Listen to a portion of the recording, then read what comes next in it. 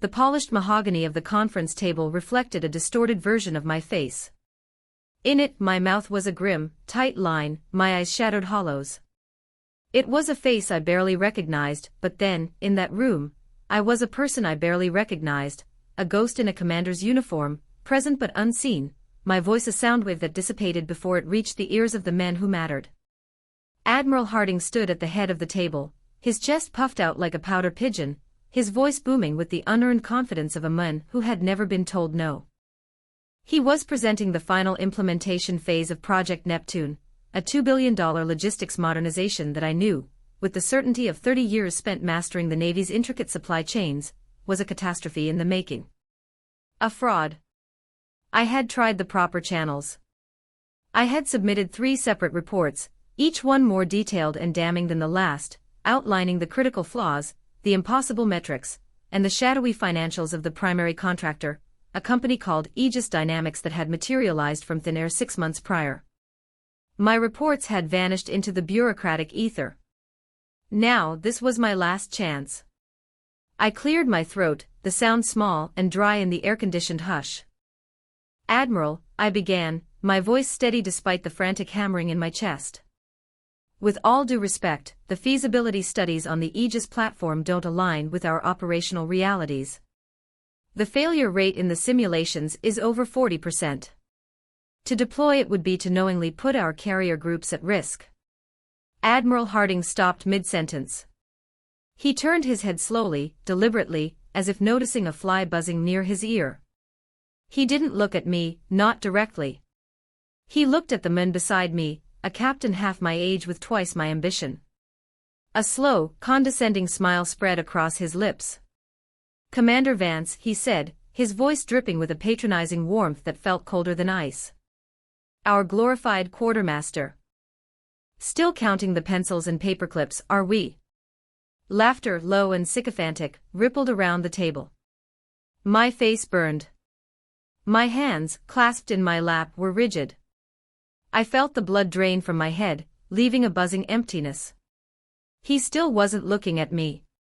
He addressed the room, a grand seigneur sharing a private joke with his court. "Eleanor, your diligence is quaint. Truly. But perhaps you should leave the big-picture strategy to those of us with the stars on our shoulders. This is about naval supremacy in the next century, not about whether Seaman Jones has enough socks." The humiliation was a physical thing. It felt like a hot spike driven through my sternum. It wasn't just the dismissal, it was the casual cruelty of it, the public emasculation, no, the public invalidation, of my entire career. 30 years of perfect service records, of late nights and missed holidays, of being the one who made sure the fleet had the fuel, the parts, the ammunition, the very lifeblood it needed to function. All of it reduced to counting socks. I didn't say another word. I sat there, a statue in navy blue, and watched him sell his lie. I watched the nodding heads, the eager smiles of men who saw their own futures reflected in the Admiral's favor. In their eyes, I wasn't an officer. I was an obstacle. A piece of outdated furniture that had inconveniently spoken. The meeting ended.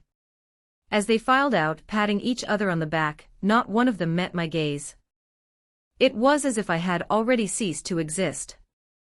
I remained seated until the room was empty, the silence ringing in my ears. The distorted reflection in the table was still there. Humiliated. Wounded. Powerless. That was the face they saw. But as I stared into those shadowed eyes, I felt something else stirring in the depths. Not anger, not yet. It was something colder, heavier. A resolution, settling into my bones like permafrost. They believed I was a ghost. They had no idea how dangerous a ghost could be. I had played by their rules my entire life. I had been quiet, competent, and invisible.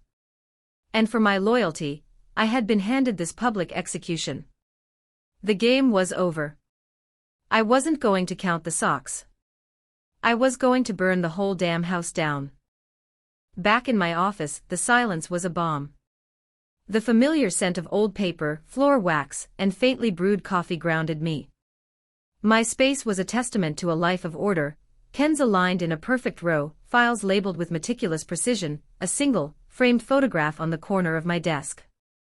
It was of my late husband, David, handsome and proud in his own officer's uniform, taken 20 years ago. His eyes, even in the faded print, seemed to hold a familiar admonition. Play the game, keep your head down. Do the work. That's how you survive. For decades, I had heeded his advice. It was the mantra of our generation of women in the service. Don't make waves. Be twice as good to be considered half as equal. Your work will speak for itself. But my work had spoken, and they had laughed at it. I didn't cry. The capacity for tears in this uniform had been wrung out of me years ago. Instead, I sank into my chair, and let the weight of the past settle over me. The past was a long, gray corridor of similar moments, smaller humiliations that had paved the way to this one. I remembered being a young lieutenant, fresh from Annapolis, my head full of strategy and theory. I had devised a new inventory system for the naval base at Norfolk, a system that would save millions in redundant stockpiling. I presented it to my then commander, a man with a handlebar mustache, and eyes that never quite met mine. He had nodded, taken my report, and said, "Good work, little lady. I'll take it from here." A month later, the Henderson Inventory Protocol was implemented base-wide. Commander Henderson received a commendation. I received a pat on the head. I didn't protest. I kept my head down. I did the work. Years later, as a commander myself, I was on the selection board for a critical logistics command in the Pacific. The best candidate by every objective metric was a woman, Commander Eva Rostova. She was brilliant, ruthless in her efficiency, a master of complex deployment scenarios. The other men on the board favored a male candidate, a backslapping charmer who was good on the golf course, but whose operational record was mediocre at best. I argued for Rostova, presenting a case built on data and performance. The senior admiral on the board listened patiently, then leaned back in his chair. "Eleanor," he'd said, his tone gentle, as if explaining a difficult concept to a child. "We need a leader out there, not a clerk. Rostova is abrasive. The men won't follow her." They chose the charmer. 6 months later, a carrier group was delayed for 3 days in the South China Sea because of a catastrophic supply failure under his command. A failure Rostova would have foreseen. No one ever spoke of it again. I had filed a dissenting opinion, a quiet, procedural protest that was duly noted and ignored. I had played the game. David had understood. He had lived by the same code. But his path was different. The rules were different for him. Competence in a man was seen as authority. In a woman, it was seen as support. He moved up the ranks, a celebrated officer, while I became the reliable, invisible bedrock upon which careers like his were built. We never spoke of the inequity. It was the air we breathed, the water we swam in. To name it would have been to drown. But now he was gone, and the game had revealed its ugly, final truth: it was rigged. It had always been rigged. My loyalty had not been to the Navy, or to the country I had sworn to defend. It had been to a club that would never have me as a member, a club that was now willing to sell out the safety of its sailors for profit. I looked at the computer on my desk. In its memory were the digital ghosts of my ignored reports, the data trails that led to the truth about Project Neptune. The system I had served so faithfully was now the very thing I had to fight. Breaking protocol wasn't just a choice, it was the only honorable path left. My promise, made so long ago at my commissioning, wasn't to a chain of command. It was to the sailors on those ships, the young men and women who trusted that the machine was working to protect them. The machine was broken. And I, the quiet quartermaster, the woman who counted the pencils, was the only one who held the schematics. My fingers hovered over the keyboard. The decision was no longer a question of if, but how. I would not be invisible anymore. I would become the gear that ground the entire corrupt machine to a halt. My first move was to erase myself. Not my physical presence but my digital one. I began systematically closing the back doors I had left in the Navy's labyrinthine logistics network, small, elegant worms of code I'd written years ago to streamline my own work, to bypass the sluggish bureaucracy, and get what my people needed. They were my secret shortcuts, my private pathways through the system. Now they became my escape routes. I worked through the night, the only light in the office the cold blue glow of the monitor. My actions were precise, born of decades of habit. With each line of code deleted, with each pathway sealed, I felt a layer of my old self sloughing away. The compliant officer, the woman who worked within the rules, was disappearing. In her place, something new was taking shape, a creature of pure, cold purpose.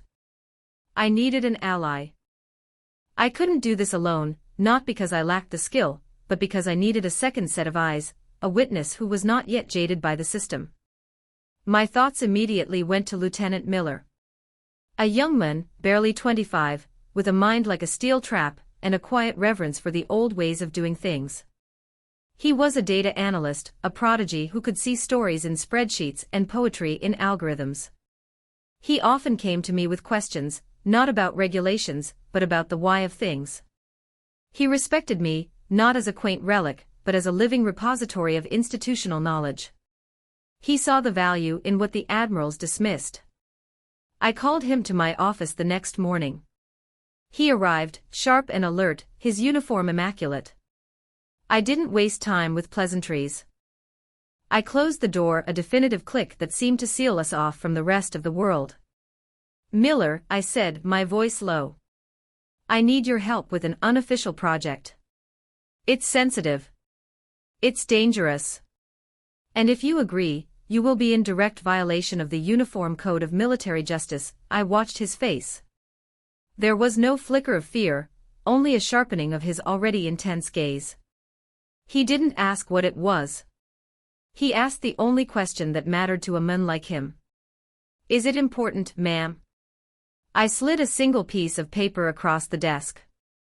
It was a summary of the Aegis Dynamics contract, with 3 figures circled in red ink: the initial bid, the revised budget, and the final approved cost. The final number was almost $2 billion higher than the first. "This contract," I said, "will cripple our Pacific Fleet's readiness within a year. And the money is disappearing into a network of shell corporations. I believe Admiral Harding is at the center of it." Miller stared at the paper, then up at me. He knew the implications. This wasn't just career suicide, it was treason. He could face a court-martial, prison. He was silent for a full minute, the longest minute of my life. His eyes scanned my face, searching for something, doubt perhaps, or mania. He found neither. He found only the calm certainty of a woman with nothing left to lose. He gave a single, sharp nod. "What do you need me to do, Commander?" The relief was so profound it was almost painful. I hadn't realized how alone I had felt until that moment. We spent the next 2 weeks in the shadows. By day, we performed our duties with flawless precision. By night, we became digital ghosts. Miller, with his innate understanding of the modern digital architecture, found the cracks in the system that I couldn't. I, with my knowledge of the old paper trails and forgotten protocols, knew what to look for. We were a perfect team. He would trace the flow of money through encrypted channels, and I would match it to procurement orders and shipping manifests I knew had to be falsified. We discovered that Aegis Dynamics wasn't just a new company, it barely existed. Its corporate address was a P.O. Box in Delaware. Its board of directors consisted of 3 names, all of whom were lawyers specializing in offshore tax shelters. Their only physical asset was a rented warehouse in San Diego that was completely empty. Yet, the Navy had already paid them over $800 million for hardware that had never been manufactured. Miller built a timeline, a web of connections that was as elegant as it was horrifying. He uncovered encrypted emails between Harding and the CEO of Aegis, who turned out to be Harding's own brother-in-law. The emails were brazen, arrogant, filled with contempt for the very system they were plundering. They spoke of our retirement fund and referred to the Pentagon's oversight committee as sleeping dogs. Each piece of evidence was a small, sharp stone. I collected them, arranged them, built a mosaic of corruption so clear, so undeniable, that no one could ignore it. The work was exhausting, a constant thrum of adrenaline and fear. We communicated in whispers, using burner phones and encrypted messaging apps. I felt a strange sense of exhilaration. For the first time in my career, I was not maintaining the machine, I was mapping its deepest flaws. I was no longer a quartermaster. I was a cartographer of betrayal. I was wielding my quiet, overlooked skills as a weapon, and it was a perfect, terrible fit. The woman who had spent her life ensuring the integrity of the supply chain was now exposing its complete and utter corruption at the highest level. The irony was not lost on me. The deeper we dug, the more the sheer scale of the deception became apparent. It wasn't just Harding. A web of senior officers was implicated, a clique who had used their positions of power to create a shadow procurement system that benefited only them. They had approved faulty equipment, signed off on non-existent deliveries, and buried the reports of anyone who raised a flag. People like me. My ignored reports on Project Neptune weren't just dismissed, they were actively suppressed. Miller found the deletion logs. My files had been scrubbed from the central server by an order originating directly from the Admiral's office. The personal nature of the betrayal was a fresh wound. He hadn't just thought I was quaint, he had considered me a threat to be neutralized. His public humiliation of me hadn't been a spontaneous act of arrogance, it had been a calculated warning shot, designed to silence me for good. One evening, Miller came to my office looking pale. "Ma'am," he said, his voice barely a whisper. "They're moving up the timeline. The final payment tranche is being authorized tomorrow. $1.2 billion. Once that money is transferred, it's gone. It will be scattered across a dozen untraceable accounts before sunrise." The news landed like a punch to the gut. We were out of time. Our neat pile of evidence was useless if we couldn't act before the theft was complete. We had enough to start an investigation, but a formal NCIS inquiry would take weeks, months even. By then, Harding and his cronies would be retired, living on private islands, and the money would be a ghost. The system was too slow, too compromised to stop itself. That night, I sat in my small, quiet house, the evidence laid out across my dining room table. Stacks of printed emails, financial statements, shipping logs that led to empty lots. It was a monument to a grand betrayal. For a moment, doubt washed over me.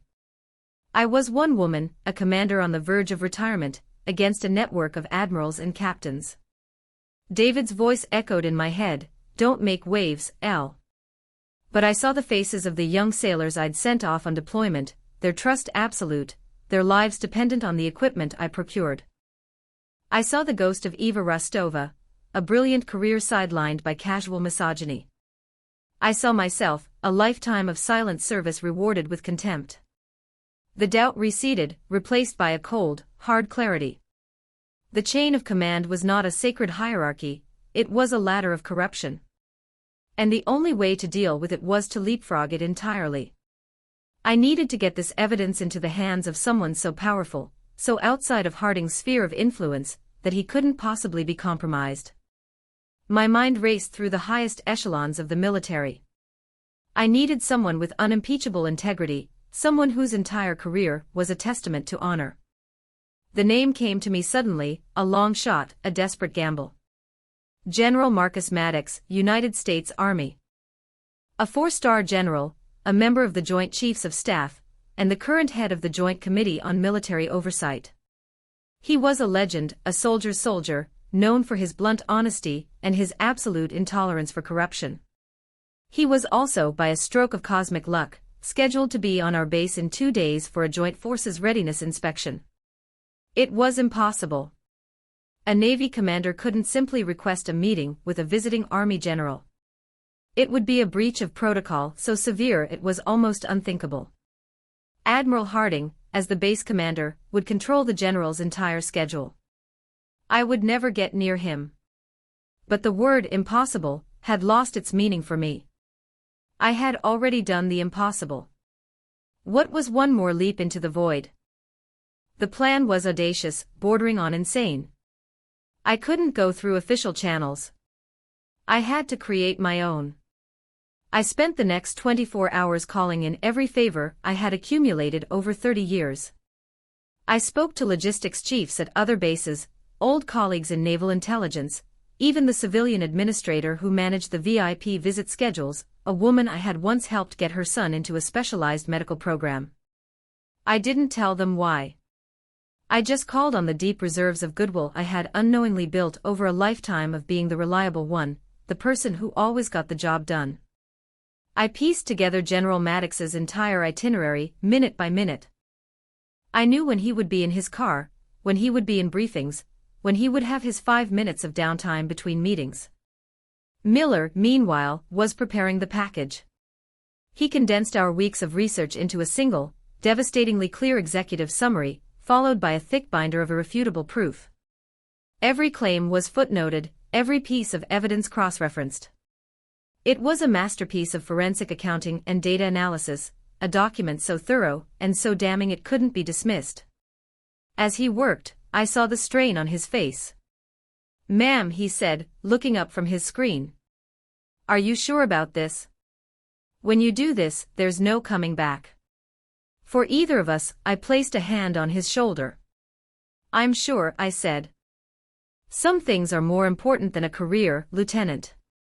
Integrity is one of them. I'm giving you an out, right now. You can walk away. No one will ever know you were involved." He looked at the binder, then at me. A slow, determined smile touched his lips. "I think I'll see it through, Commander." The moment had arrived. General Maddox was on the base. I could feel his presence like a change in the atmospheric pressure. My one shot was a 10-minute window when he was scheduled to be alone in the VIP suite, reviewing notes before his final address. Getting to that suite was like breaking into a fortress.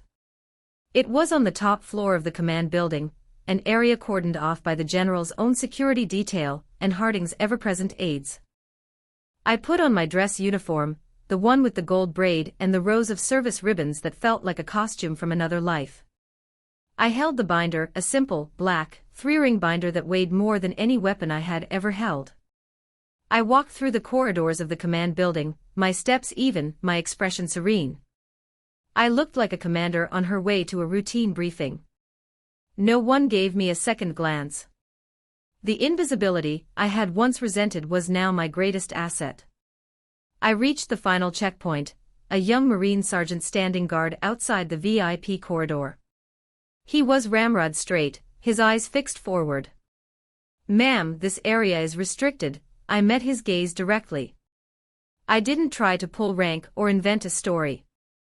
I relied on the simple, disarming power of the truth. "Sergeant," I said, my voice quiet but firm. "I have an urgent national security briefing for General Maddox." "It cannot wait." I held up the binder. He hesitated, his training warring with the undeniable authority in my voice. He saw my rank, my ribbons, the utter lack of panic in my eyes.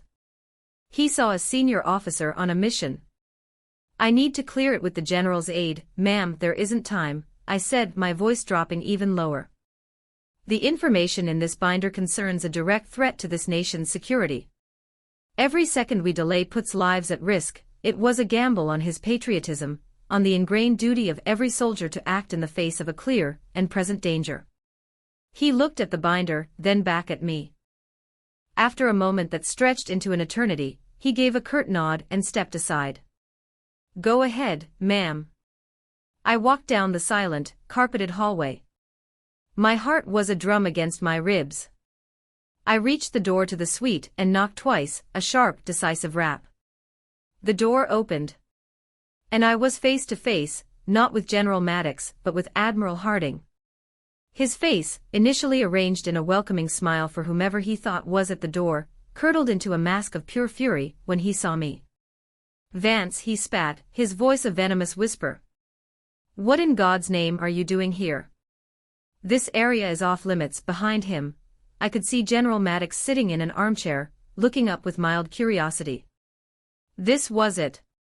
The point of no return. I ignored Harding. I stepped past him into the room, my eyes fixed on the general. "General Maddox," I said, my voice ringing with a clarity that surprised even me. "My name is Commander Eleanor Vance. I apologize for the intrusion and the breach of protocol. I have a report for you regarding Project Neptune." Harding grabbed my arm. "You are relieved of duty, Commander. Get out of here this instant." I didn't flinch. I didn't even look at him. I continued to hold the general's gaze.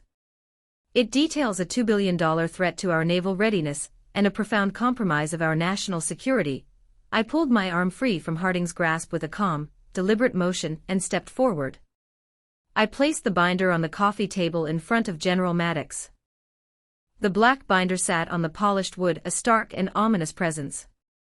The room was electric with tension.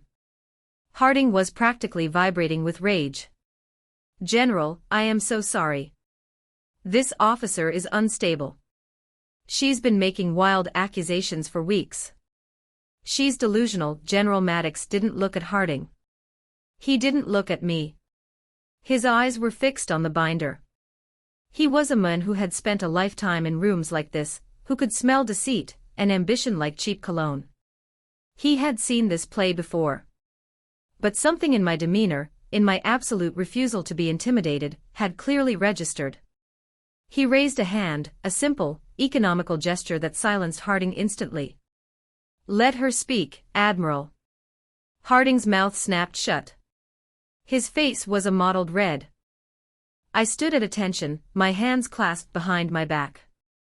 "The evidence is in the binder, General," I said. "Falsified procurement orders, illegal wire transfers to offshore accounts, encrypted communications, and expert analysis demonstrating the contracted technology is non-viable. It's all there.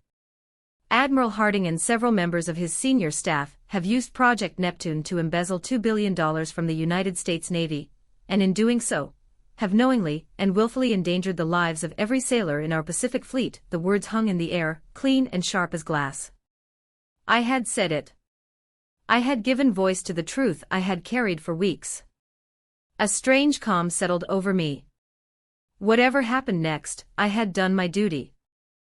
Not to the chain of command, but to the oath I had sworn. Maddox held my gaze for a long moment. His face was like carved granite, impossible to read. Then, slowly, he reached forward and opened the binder. The silence in the room was absolute, broken only by the soft rustle of paper as he turned the pages. Harding stood frozen, his face ashen.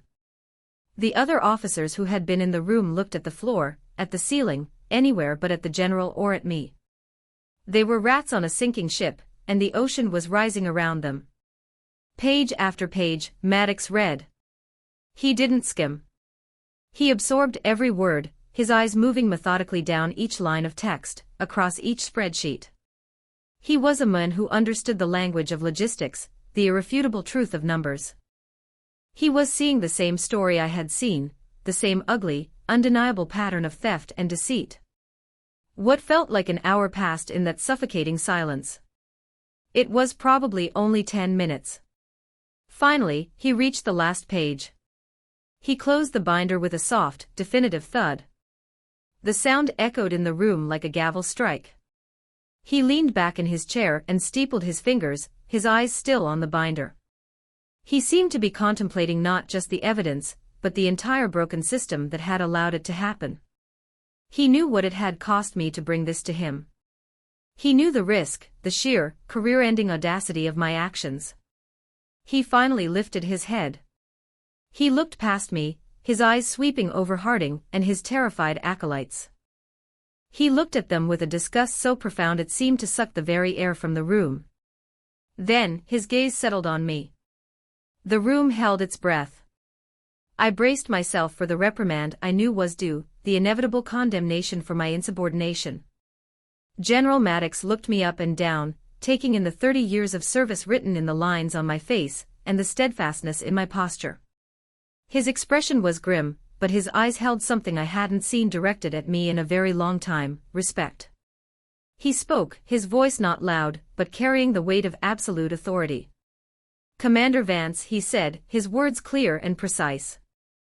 "You've just reminded a room full of admirals what the uniform actually stands for." He paused, letting the words land, letting them detonate in the silent room. "You're a damn fine officer." That was it. No fanfare, no melodrama. Just a simple, declarative statement of fact. And in that moment, it was everything. It was validation. It was vindication. It was the complete and total annihilation of every condescending remark, every dismissive glance, every ounce of disrespect I had endured for 30 years. Admiral Harding made a choked, sputtering sound, but Maddox cut him off with a glare that could have melted steel. "Admiral," Maddox said, his voice now laced with ice. "You and your staff will wait in the corridor. Do not speak to anyone. Do not use your phones. You are, for all intents and purposes, under guard." They shuffled out of the room like scolded children, their power and arrogance stripped away, leaving them hollow. When the door closed, the general turned back to me. "It took courage to do this, Commander," I finally allowed myself to breathe. "It was my duty, General," he nodded slowly. "Duty, honor, country," he murmured, more to himself than to me. "People say the words so often they forget what they mean. You didn't." The aftermath was swift and decisive. General Maddox sealed the room, and within the hour, a team from the DoD's Inspector General's office arrived. Harding and 5 other senior officers were formally relieved of their command and taken into custody. The investigation was swift, aided by the perfect roadmap Miller and I had provided. The story of the $2 billion betrayal rocked the Navy to its core, but it also started a much-needed housecleaning. The stolen funds were frozen before they could be fully laundered, and Project Neptune was scrapped, replaced by a new initiative built on transparency and genuine technological advancement. Lieutenant Miller was protected, his involvement officially credited as assisting a high-level internal audit. He received a quiet commendation and was fast-tracked to a position in naval intelligence, where his talents would be properly utilized. As for me, I was technically in a state of limbo. I had broken the chain of command in the most spectacular way imaginable. There were whispers of a court-martial, but they were just that, whispers. General Maddox's public support had made me untouchable. I was offered a promotion, a prestigious post at the Pentagon overseeing procurement reform. It was the kind of job I had dreamed of 20 years ago, a position where I could finally implement the changes I knew were necessary. It was everything I was supposed to want. I respectfully declined. The fight was over and I found, to my surprise, that I had no desire for the spoils of war. I had not done what I did to win a seat at a bigger table. I had done it to smash the table to pieces because it was rotten. My purpose had been fulfilled. I submitted my retirement papers the following week. Today, my life is quiet. The crisp navy blue uniform has been replaced by soft gardening clothes. My world is no longer one of shipping manifests and encrypted emails, but of pruning shears and the scent of damp earth. I spend my mornings in my garden, tending to my roses. There is a peace in this work, a simple, honest transaction. You nurture something, you protect it from blight, and it grows, beautiful and strong. There is an order to it, an integrity that I find deeply satisfying. Sometimes, as I work, I think about that room, the polished table, the faces of those men. I feel no anger, no bitterness. Only a kind of distant pity. They were so busy playing the game, so focused on climbing the ladder, that they forgot what it was all for. They mistook power for honor. I learned a valuable lesson in those final weeks of my career. True power isn't found in the stars on your shoulder or the title on your door. It's not about commanding obedience or inspiring fear. True power is quiet. It's the deep, unshakable knowledge of your own worth, even when the world tells you that you are worthless. It is the courage to hold fast to your principles when it is easier and safer to let them go. For 30 years, I was silent. I believed that was the price of admission, the cost of a seat in the room where decisions were made. But silence is not a price, it's a debt. And it is paid by others, by the sailors on a poorly equipped ship, by the taxpayers whose trust is betrayed, by the very soul of the institution you claim to serve. My final act as an officer was to pay that debt in full. I risked everything not to gain a promotion or to exact revenge, but to balance the scales. And in doing so, I found something far more valuable than any career. I found peace. I found myself. And I learned that sometimes, the most honorable thing a person can do is to break the rules.